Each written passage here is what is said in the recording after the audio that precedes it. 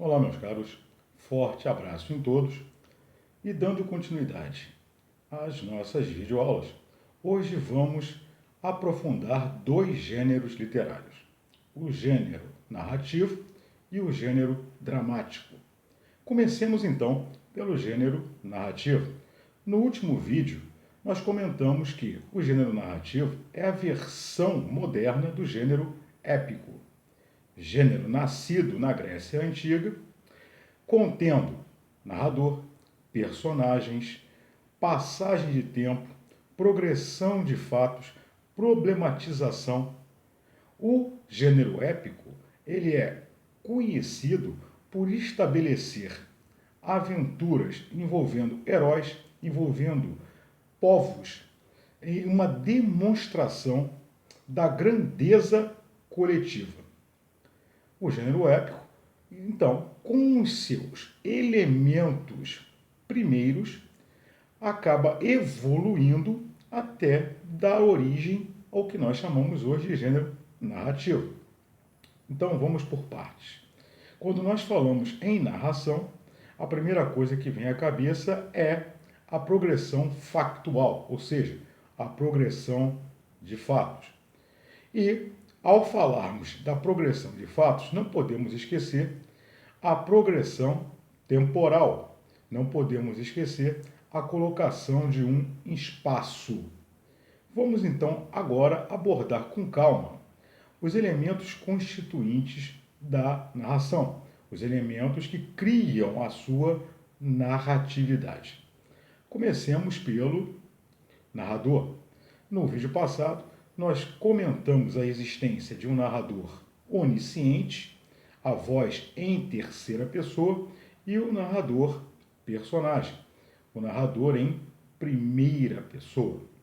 Aprofundando aqui, nós podemos falar também sobre a existência do narrador intruso, aquele que interrompe a narrativa para conversar com o leitor. Essa interrupção, é óbvio, ela tem um porquê, não é colocada de forma aleatória. Existe uma intencionalidade discursiva presente. E nós podemos falar do narrador personagem secundário. É aquele que participa da história, entretanto, não é a personagem principal. Vai relatar uma outra personagem. Lembramos também que a função do narrador é povoar esse texto de personagens. Ao falarmos de personagens, nós falamos de protagonistas, falamos de antagonistas e coadjuvantes. O protagonista é aquele que vai resolver um problema levado até ele pelo antagonista. Existe, então, no texto narrativo, uma problematização. A apresentação do fato, esse fato, ele evolui em problemas, e a grandeza da obra é mostrar como a personagem principal ela vai tentar resolver esse problema. E o antagonista é aquele que vai criar os obstáculos para a realização do intento do protagonista. Temos os coadjuvantes, aqueles elementos que vão se aliar ou ao protagonista ou ao antagonista. Falemos do tempo. O tempo, ele aparece de que forma na narração? Nós podemos ter o tempo cronológico, aquele tempo que segue uma linha, que segue uma ordem linear de fatos, ou seja, primeiro momento, segundo momento, terceiro momento.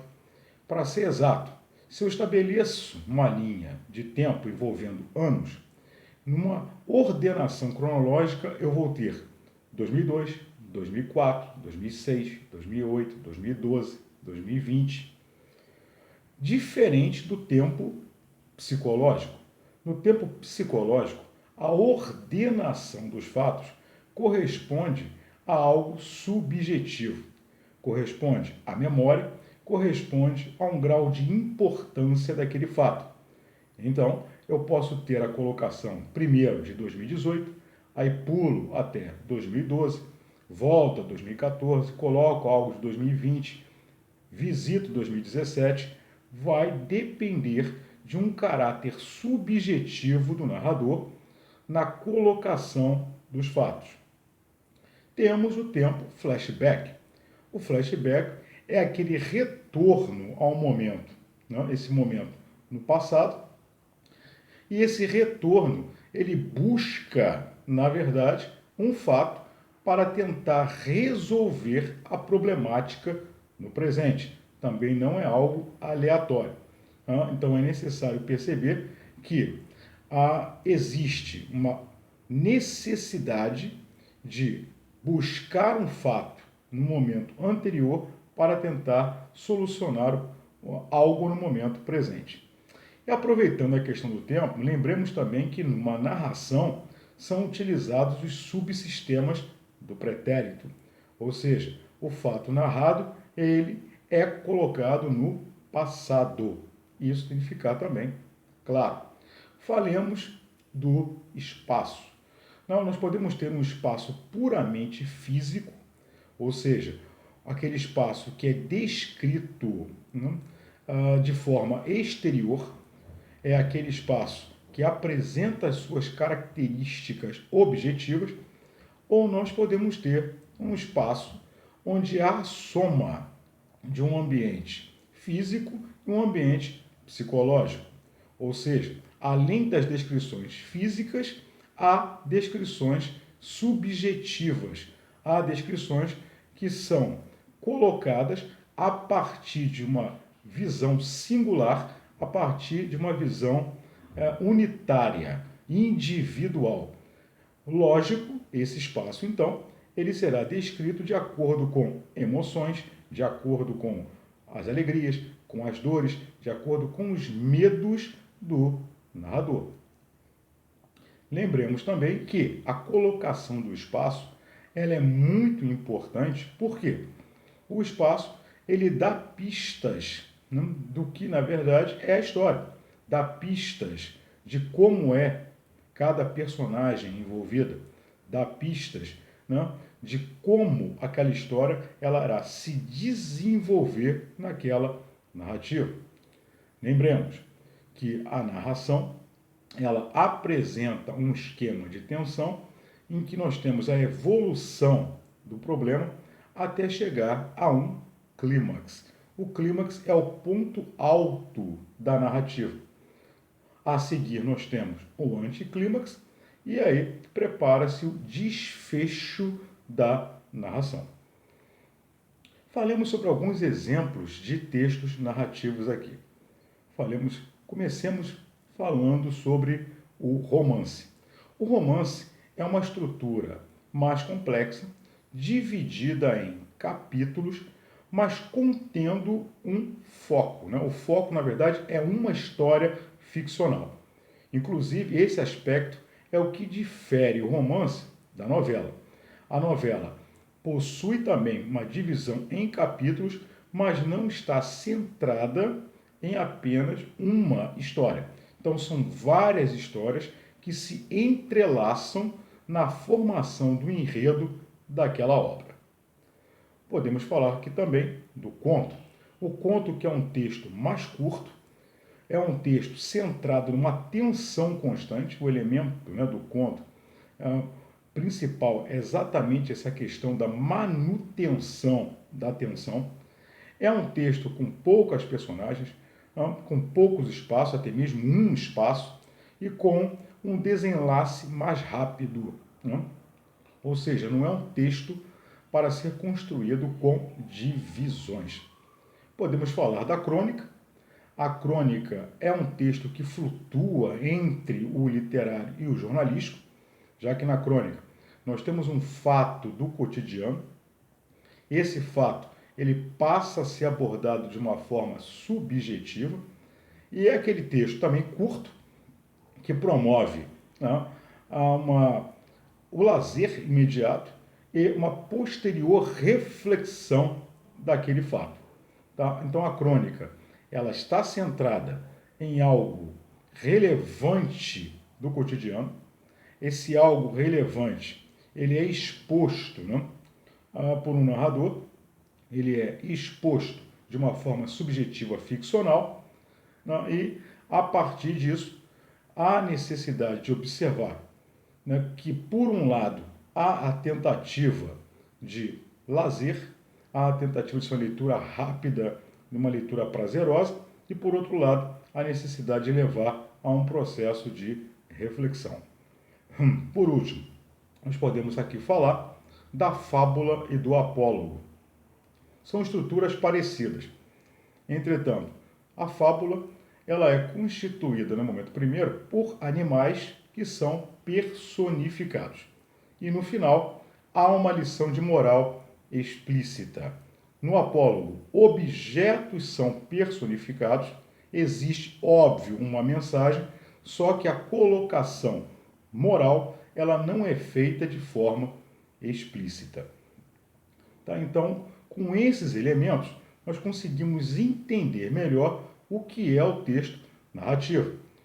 E não podemos esquecer também que o conjunto de elementos que compõem a narração, esses elementos, né, que estão voltados para o termo narratividade, eles podem ser encontrados também em textos não narrativos, como no vídeo passado nós falamos da letra de Faroeste Caboclo do Legião Urbana. Perdão.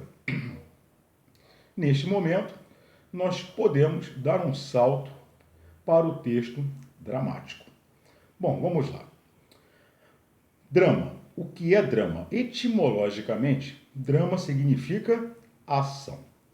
Então, o gênero dramático é aquele que envolve obras, aquele que envolve textos literários, cuja finalidade é a imitação da ação do homem. Imitação da ação, imitação das emoções, imitação de vivências humanas.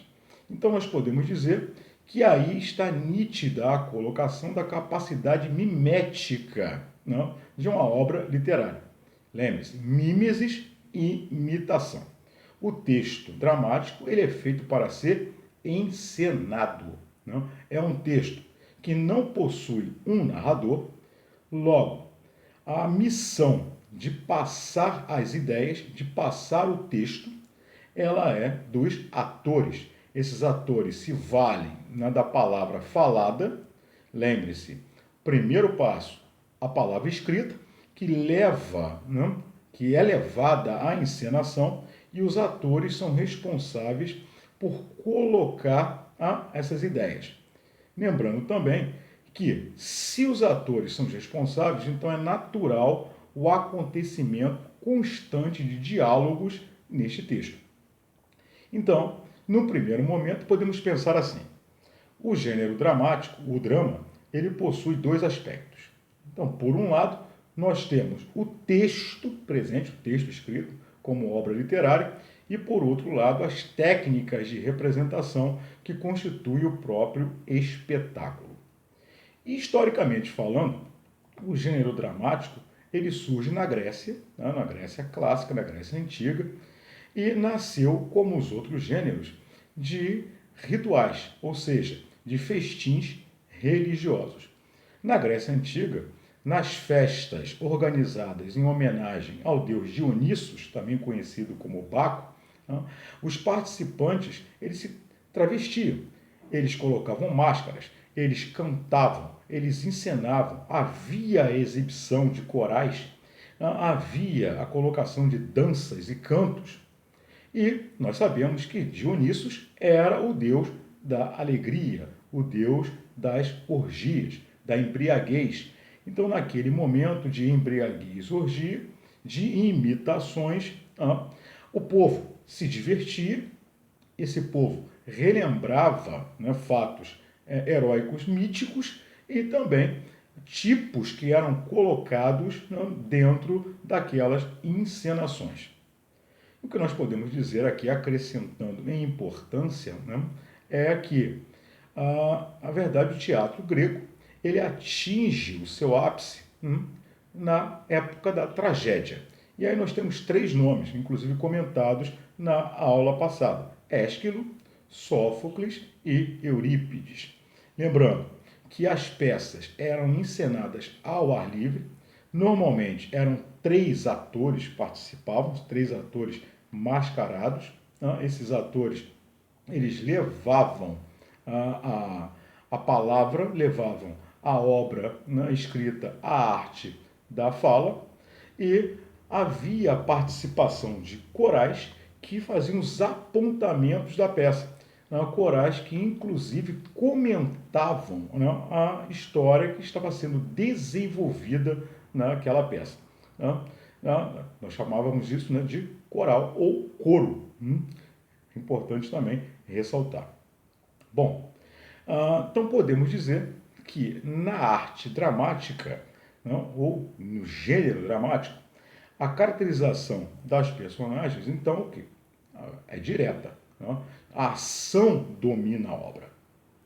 Não há descrições ou dissertações. O texto ele é representativo. Não há narradores, como ocorre num texto narrativo.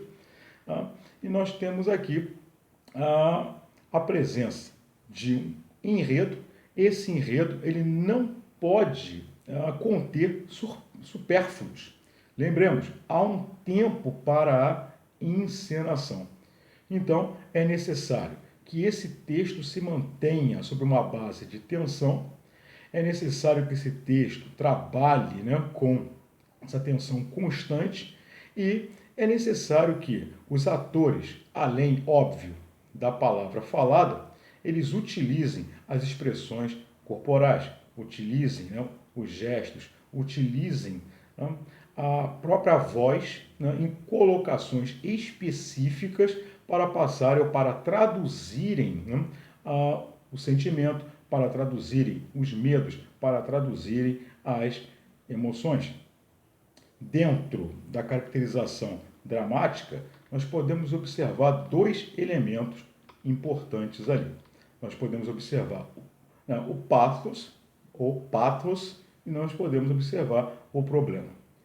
O pathos é, na verdade, a exacerbação dos sentimentos, ou seja, a linguagem ela tem que ser desenvolvida para mostrar o sentimento levado à cena, para revelar esse caráter emotivo, emocional.